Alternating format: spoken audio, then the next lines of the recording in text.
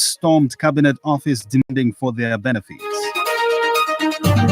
Government urged to declare Barose floodplains as a World Heritage Cultural Landscape. Pakistan core plans help women make a living.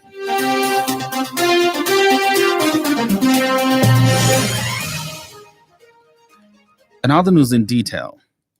Retired civil servants belonging to the pressure group called the Local Authority Superannuation Fund this morning stormed cabinet offices demanding for government to give an explanation for the delay in releasing 451 million kwacha meant for their benefits. Last week, the retirees gathered at the same venue in view of engaging the Secretary to Cabinet in the matter. Local Authorities Superannuation Fund Pressure Group chairperson Joseph Wenda spoke to journalists that failure by the Secretary to the Cabinet to explain to the retirees on what is transpiring will force them to seek interventions from President Edgar Lungu.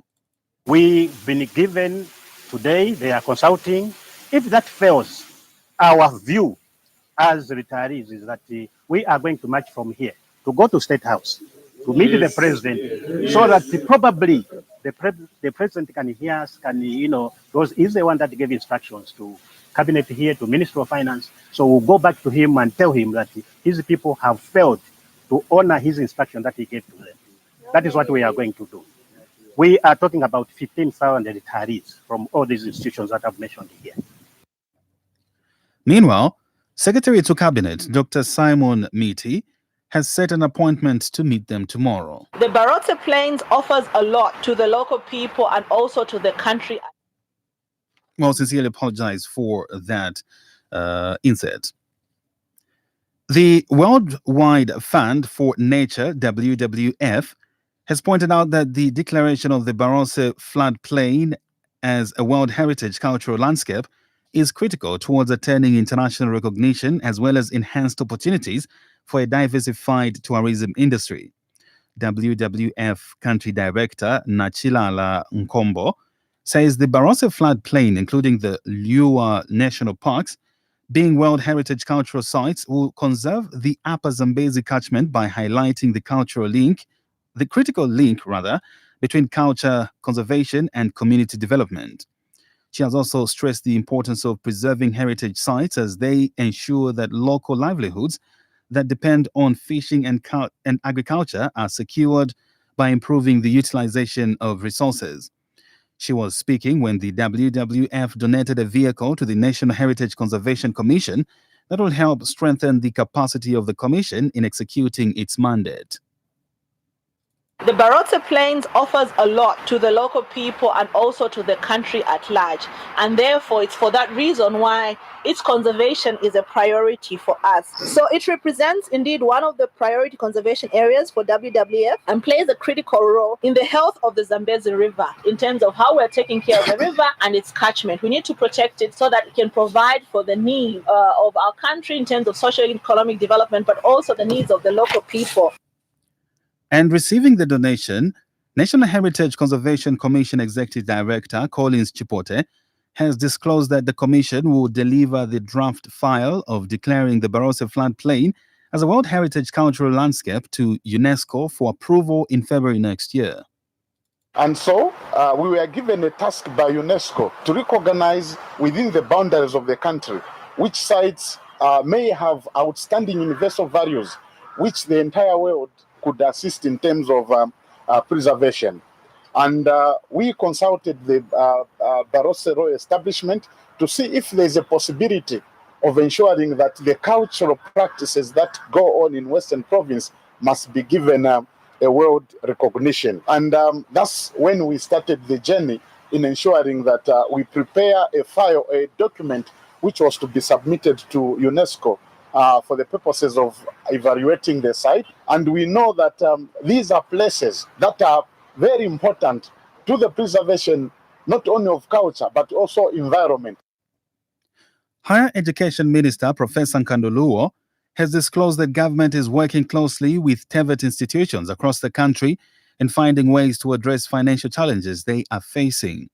Speaking in Parliament this afternoon, Professor Luo indicated that government is also looking into the ways of improving the the grants that are given to TVET institutions to sustain their operations.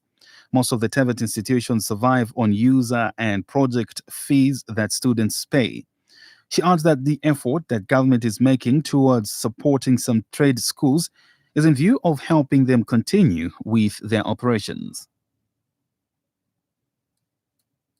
To inform this August House that when the government adopted a liberalized economy, one of the physical measures put in place was to downsize and right-size the civil service in order to reduce the government wage bill.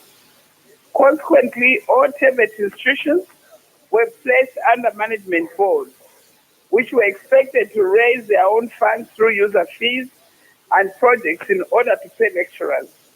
On the other hand, the government supplements these institutions in form of grants as and when funds are available. Madam Speaker, some of the TVET institutions have the capacity to pay. In fact, the House may wish to note that some of the trade training institutions have maintained competitive conditions of service similar to those in mainstream government.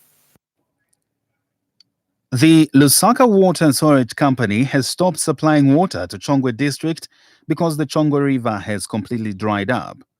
Chongwe District Commissioner Robster Mwanza says people are now accessing water from boreholes and shallow wells, a situation which may lead to the outbreak of waterborne diseases. He says they need about 20.5 million kwacha in order to complete the process of sinking the 3 boreholes that have been put up by the World Bank.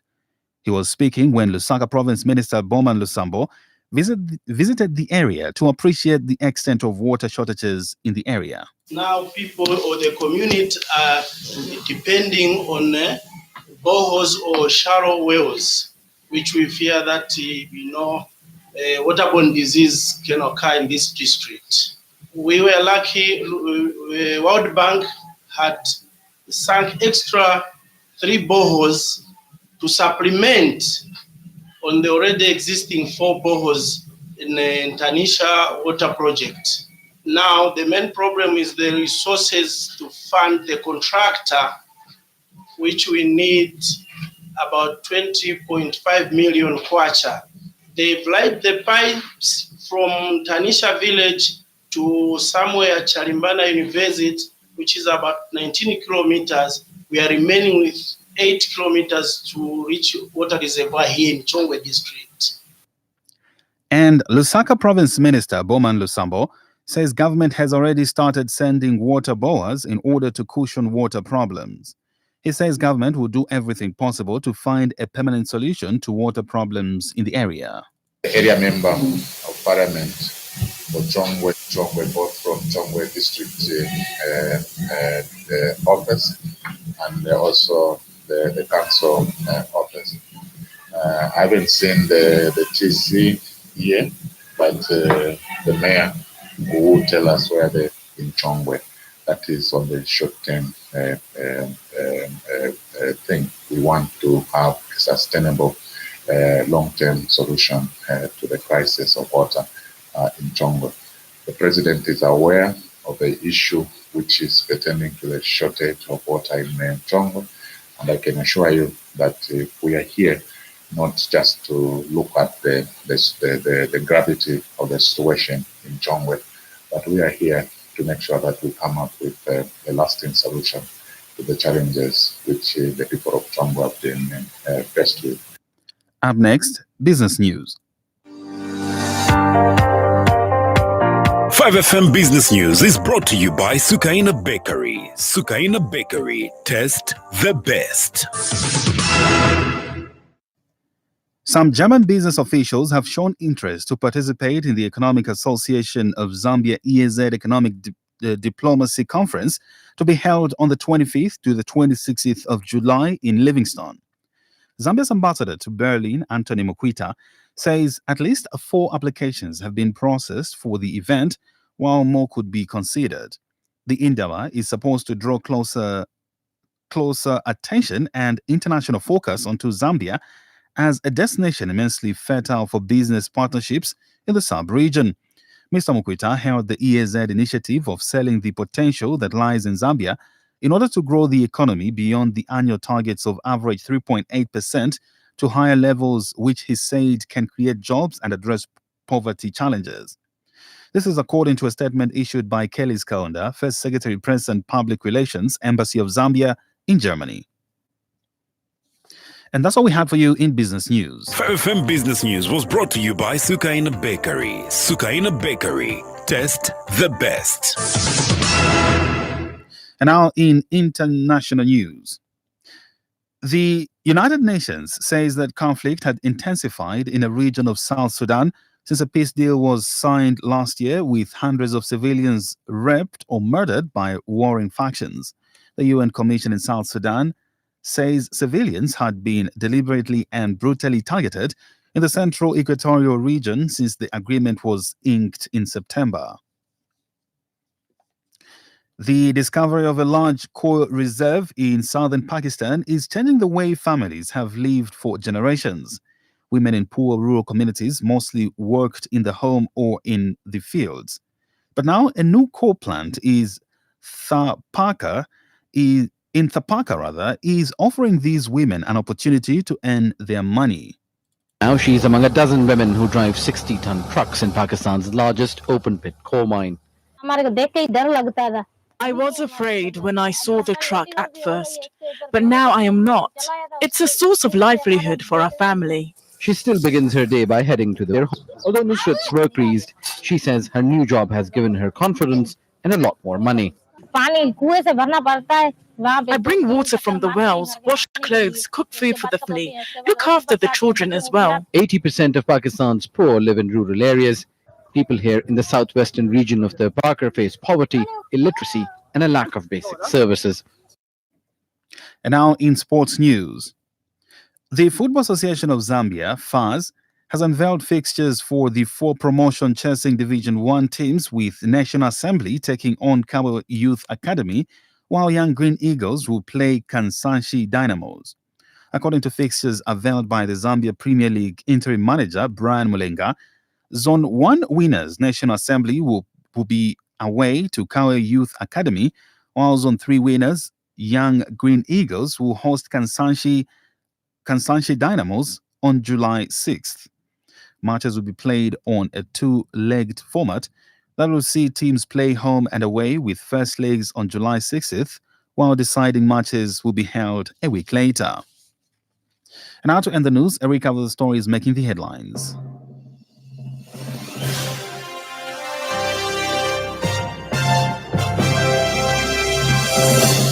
Retired civil servants belonging to the pressure group called the Local Authorities Superannuation Fund this morning stormed cabinet offices, demanding for government to give an explanation for the delay in releasing 451 million kwacha meant for their benefits. Last week, the retirees gathered at the same venue in view of engaging the Secretary to Cabinet in the matter.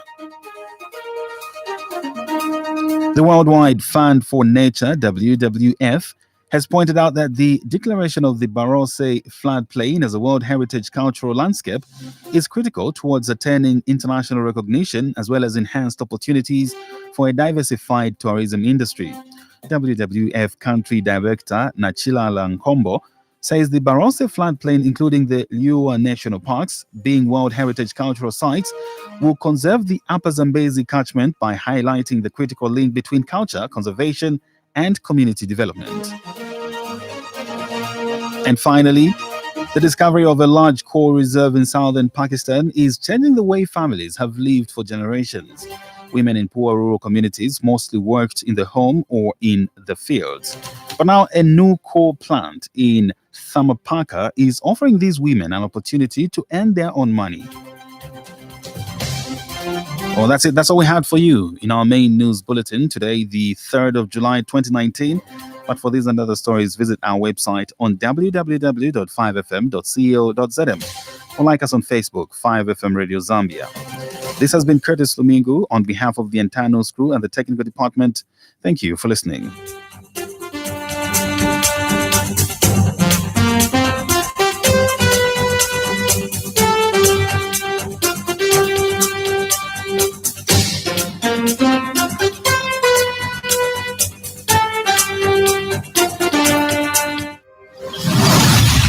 Get acquainted with the latest news on the multiple award-winning radio station, 5FM Radio at 0615, 1245 and 1830. Fair, balanced and objective information is